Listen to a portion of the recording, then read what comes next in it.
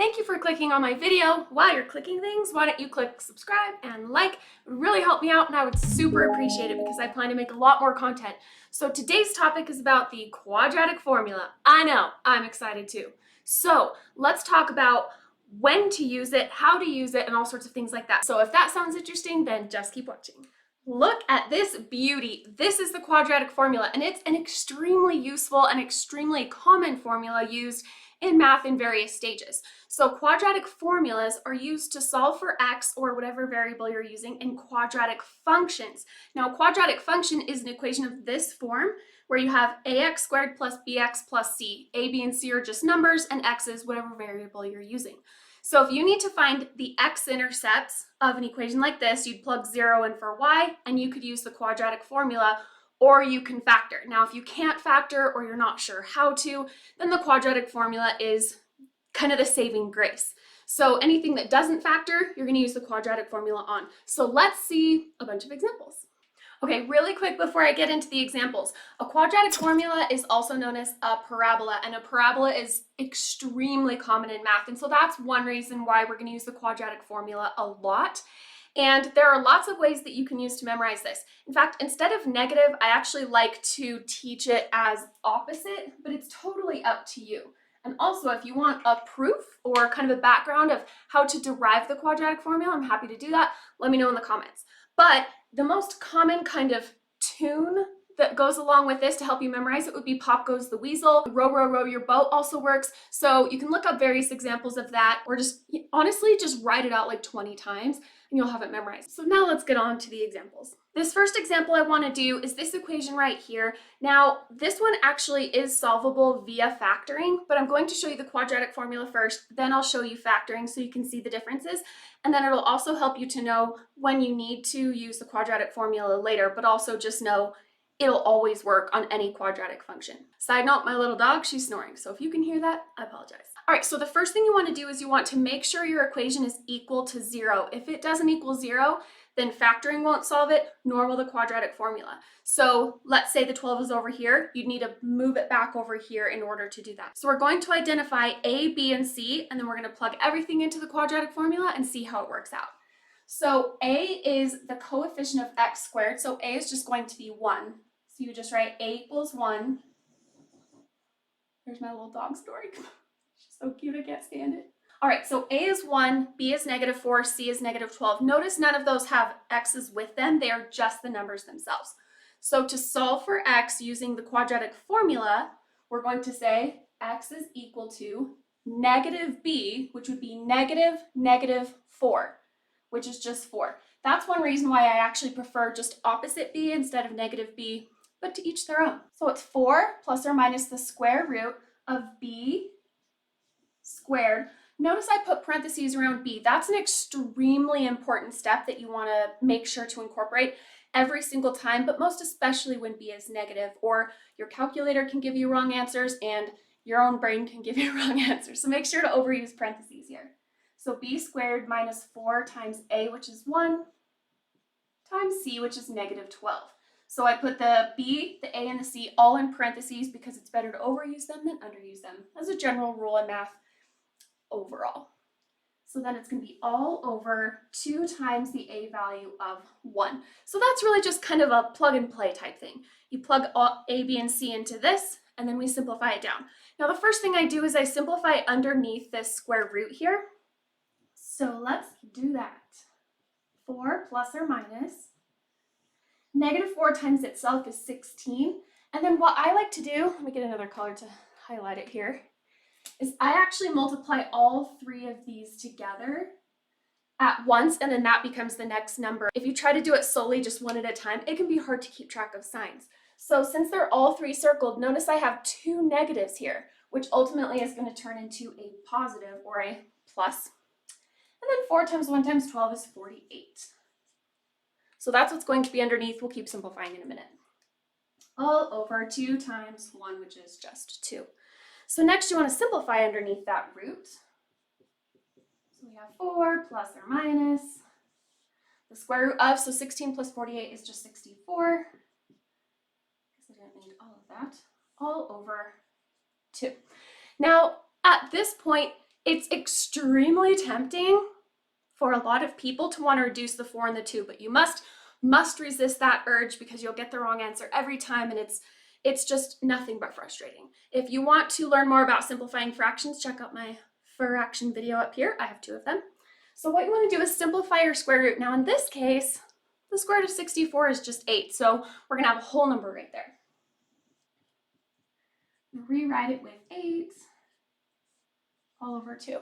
As a note here, if that happens, if this gives you a whole number answer, that means that at the beginning, this equation was factorable and you could have solved it that way, but this will still work. So since there's a plus or minus, what we're going to do is just set it up into the 2 separates. Let's see if I have room here.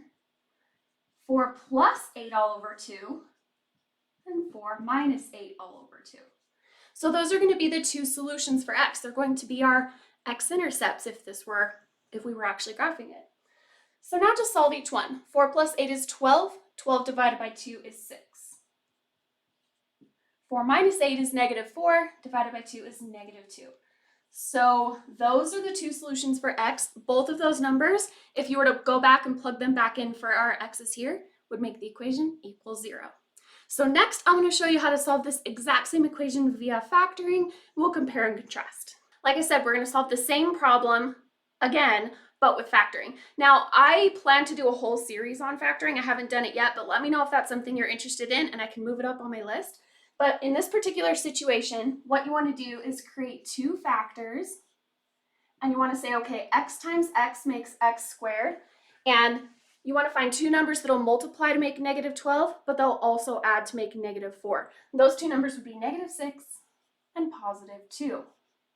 Now again, the whole thing is equal to 0, so I can't really see that. Oh, all right. So once you've factored an equation, the way that you find your solutions is you just set each of the individual factors equal to 0, solve for x, and then you're done. So that's going to be done like this. So just set each one equal to 0, and then we'll just get x alone on each one, and those will be our solutions.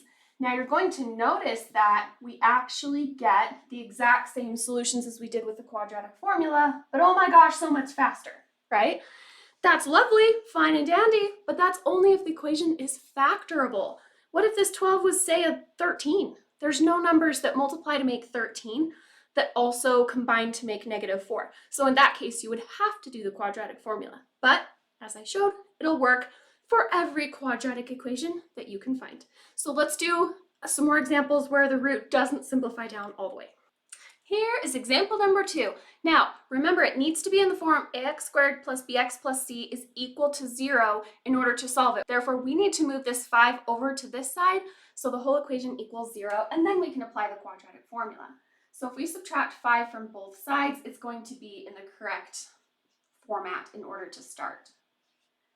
So it equals 0. Now let's identify a, b, and c and whip this beautiful formula out. So a is equal to 1 if there's nothing in front of x, well, nothing in front of any variable. Visually, then it's always a 1. This one is going to be a negative 1, so b equals negative 1, and c is equal to negative 5. So let's whip them into this formula and see what happens. So x equals, opposite of b would be 1, or negative 1 is 1, plus or minus the square root of b in parentheses. Again, I cannot emphasize how important it is to use parentheses. Squared minus 4 times the a value of 1 times the c value of negative 5, also in parentheses, all over 2 times the a value of 1. Now that it's all set up, let's simplify underneath our root and see how far we can get. So x is equal to 1 plus or minus. So negative 1 times itself is 1. Now, like I said, I multiply all 3 of these at the same time to get the correct sign, and so I don't lose track of things. So I do have 2 negatives ultimately, therefore this is going to be plus, and 4 times 1 times 5 is 20. So plus 20, all over 2 times 1 is 2. Now if we simplify 1 plus or minus, underneath that root is going to be 21, all over 2. Now, how do you know if you're done at this point? Now, it's really important you understand how to simplify roots, how to break them down, and how to bring things out if possible. So if you want to refresh that, check out this video. shameless self-promotion, but I'm still going for it. So I hope that you'll check that out. I do have 2 videos on simplifying roots. All right, now on this one, if we break 21 down into 7 and 3, notice there are no pairs. Only pairs of numbers will be able to exit that root. So since there are no pairs, there's no simplifying that can be done here, and you're finished. Now you might wonder, well, I'm supposed to get 2 solutions, right? Because it was x squared. Well, there are 2 solutions here. There's a plus solution and a minus solution. So you can write it like this. 1 plus root 21 all over 2, x equals, and then also 1 minus root 21 over 2. It's actually really common on placement tests and things like that, such as ALEX and other placement tests, for them to be written separately like this. Now, if for any reason you need a decimal answer, because these are the exact solutions, but the square root of 21 is yuck. So if you need a decimal answer, then just throw these into your calculator individually and you'll get your 2 separate decimals. So hopefully that makes sense. Let's do another one where the root will reduce. Notice in this example that it also doesn't equal 0. It doesn't matter which side you choose to put all of the terms on, you'll get the same answers regardless. However, I generally like to keep the highest power term positive. So I'm going to opt more for moving these over, but again, you're not going to get it wrong if you move the 3x squared instead. So I'm going to add 4x to both sides and also subtract 2. So that's going to cancel those and those, which makes the whole thing equal 0. Now, none of these can be combined because they don't have any of the same exponents. So we're just going to write them in a row, highest power on down. 3x squared plus 4x minus 2 is equal to 0. So now it's in our perfect form, looks just like this. So we're going to use the perfect formula to solve it. So a is 3, b is 4, and c is -2. So x equals, the opposite of positive 4 is -4, plus or minus the square root. Keep using those parentheses around the numbers that you're plugging in here. So b in parentheses squared minus 4 times a times c, also in parentheses, all over 2 times the a value of 3. So plug and chug, plug and play, whatever you want to call it. But next, we're going to want to simplify what's underneath our root here. So let's do that. -4 plus or minus. So we have 16, and then I'm going to do the same thing that I did on the other ones, is multiply these all out together. It's going to be positive 24.